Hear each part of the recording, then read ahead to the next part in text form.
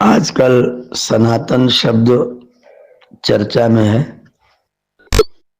इस पर अनेक लोग अपने अपने तरीके से अपनी बातें करते हैं और सनातन का दुरुपयोग भी हो रहा है। सनातन को सही अर्थों में लोग प्रचारित नहीं कर रहे हैं, इसलिए इस शब्द को गंभीरता से समझना चाहिए। अपने पास में नु, पुरा और सना तीन अव्यय पद हैं। एक शब्द अव्यय पद नु है, दूसरा पुरा है और तीसरा सना है।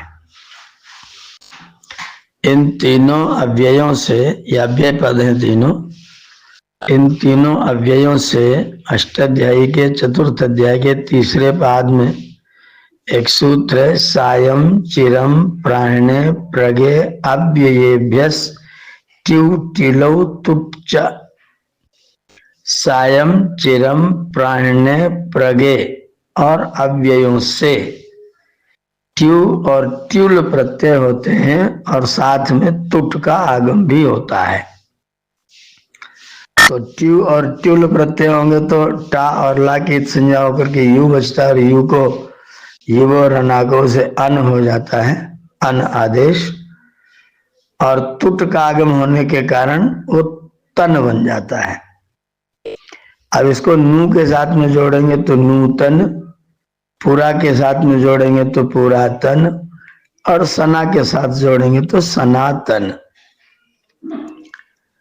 और नू का मतलब होता है नया, पुरा का मतलब होता है पुराना, तो नूतन का मतलब है नया वाला। नया का मतलब क्या है? जो पहले नहीं था अब है, वह है नूतन। एक बाद में पुरा शब्द है तो पुरा माने पुराना, जो पहले था अब नहीं है, या है तो ये न के न प्रकार अपनी जी दिशा में ये न के न प्रकार जी रहा है, तो वो पुरातन है।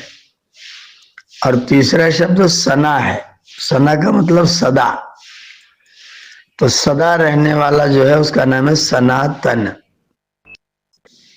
जो सदा एक रस एक समान रहता है, जिसमें कोई विकृति विकार न आए और वो नित्य रहे और वो सदा नवीन जैसा ही रहे, जैसा था वैसा ही रहे, उसमें कोई पुरातनता नूतनता ना हो। जो पहले भी था अब भी है और आगे भी रहेगा।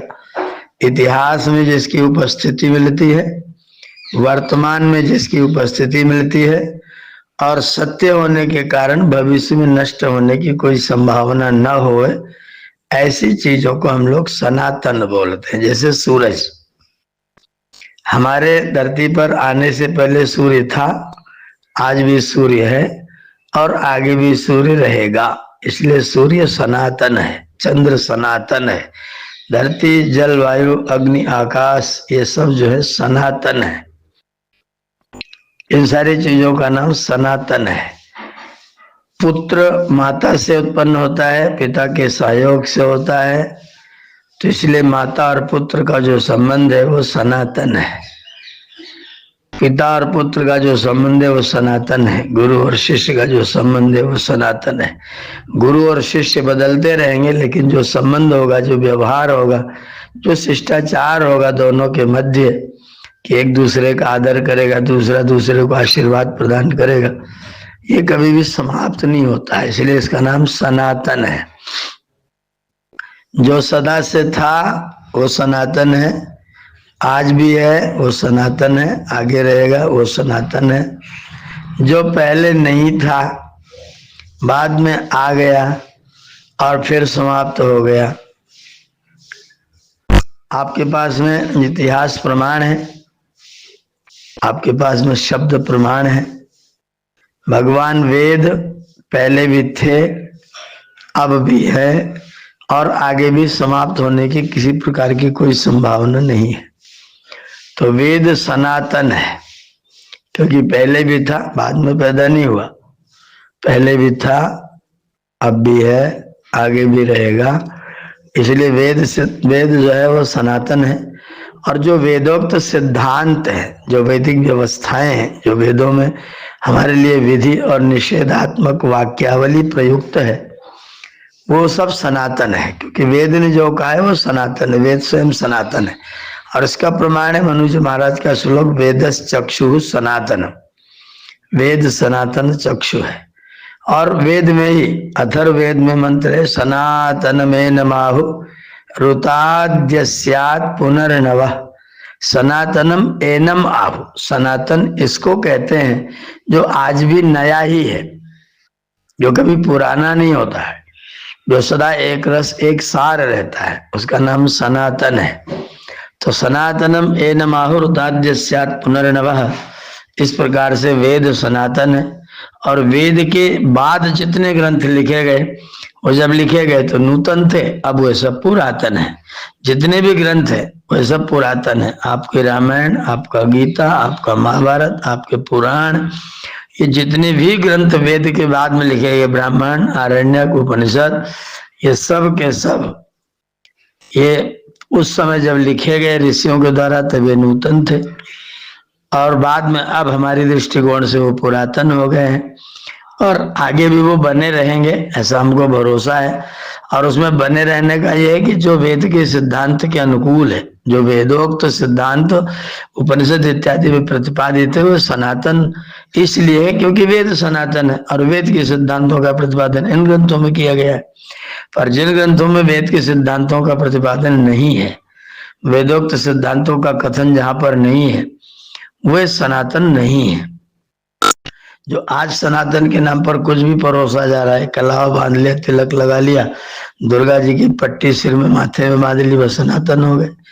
पान मुंह में गुटखा भरा हुआ है, मुख में सुपारी सड़ी हुई भरी हुई है, मुख में गंधौरा तंबाकू मल भरा हुआ है, और सनातन सनातन का जय जयकार कर रहे हैं। बस माथे पर पट्टी बांधा, हाथ में कलाव लगाया, झुआ पर तिलक छोड़ लिया, बस वो सनातन हो गया। तो ये जो सनातन की पर जो आज सनातन आज हम लोग कर रहे हैं, ये सनातन नहीं है। सनातन तो वेदोक्त तो सत्य सिद्धांत है, सनातन आपके पंच यज्ञ हैं, सनातन आपका सोम याग इत्यादि जो यागों का विधान है वो सनातन है। तो ये चीजें सनातन है, उनको सनातन को उसी रूप में देखा जाना चाहिए। और वेद जिस सिद्धांत को प्रतिपादित करता है वही सनातन है। वेद के अतिरिक्त जो कुछ है वो सब या तो नूतन है या तो फिर वो पुरातन है, वो सनातन नहीं है। सनातन वो है जो सर्वत्र सर्वथा एक काल शाश्वत चिरंतन है, उसका नाम सनातन है। सनातन को इसी अर्थ में लेना चाहिए। सना अव्यय से ट्यू और ट्युल प्रत्यय और तुट का आगम करके सनातन शब्द की सिद्धि पाणिनि व्याकरण के अनुसार की गई है। अगर हम सना अव्यय पद है उसकी भी सिद्धि करना चाहें तो वन सन संभक्तो धातु से सन बनेगा अच प्रत्यय करके, और स्त्रीलिंग कर देंगे, टाप कर देंगे तो सना हो जाएगा। तो सन समय जिसकी भक्ति की जाती है, जिसको पूजा जाता है, जिसको माना जाता है, वो सना होता है। और जो पूजनीय है, माननीय है, उसका नाम सनातन है। तो जो सर्वथा सिद्धांत के रूप में स्वीकार्य है, वेदोक्त है, ईश्वरोक्त है, ईश्वर की वाणी है, वही सनातन है, उसको सनातन के रूप में लिया जाना चाहिए। और सनातन के नाम पर यथा कथा जो कुछ पाए वो सब आप सिद्धांत लेकर के करने लग जाना, वो वास्तव में सनातन नहीं है। उसको आपको छांट बीन करके साधु वैसा चाहिए जैसा सूप सुहाए, सार सार को गहराए, थोथा दे उड़ाए। तो जो थोथा है उसको उड़ा करके, और जो वास्तव में सनातन है उसका दिव्य रूप है, भव्य रूप है, वो दिव्य और भव्य रूप को जनता के सामने प्रकट किया जाना चाहिए। धन्यवाद। ओम।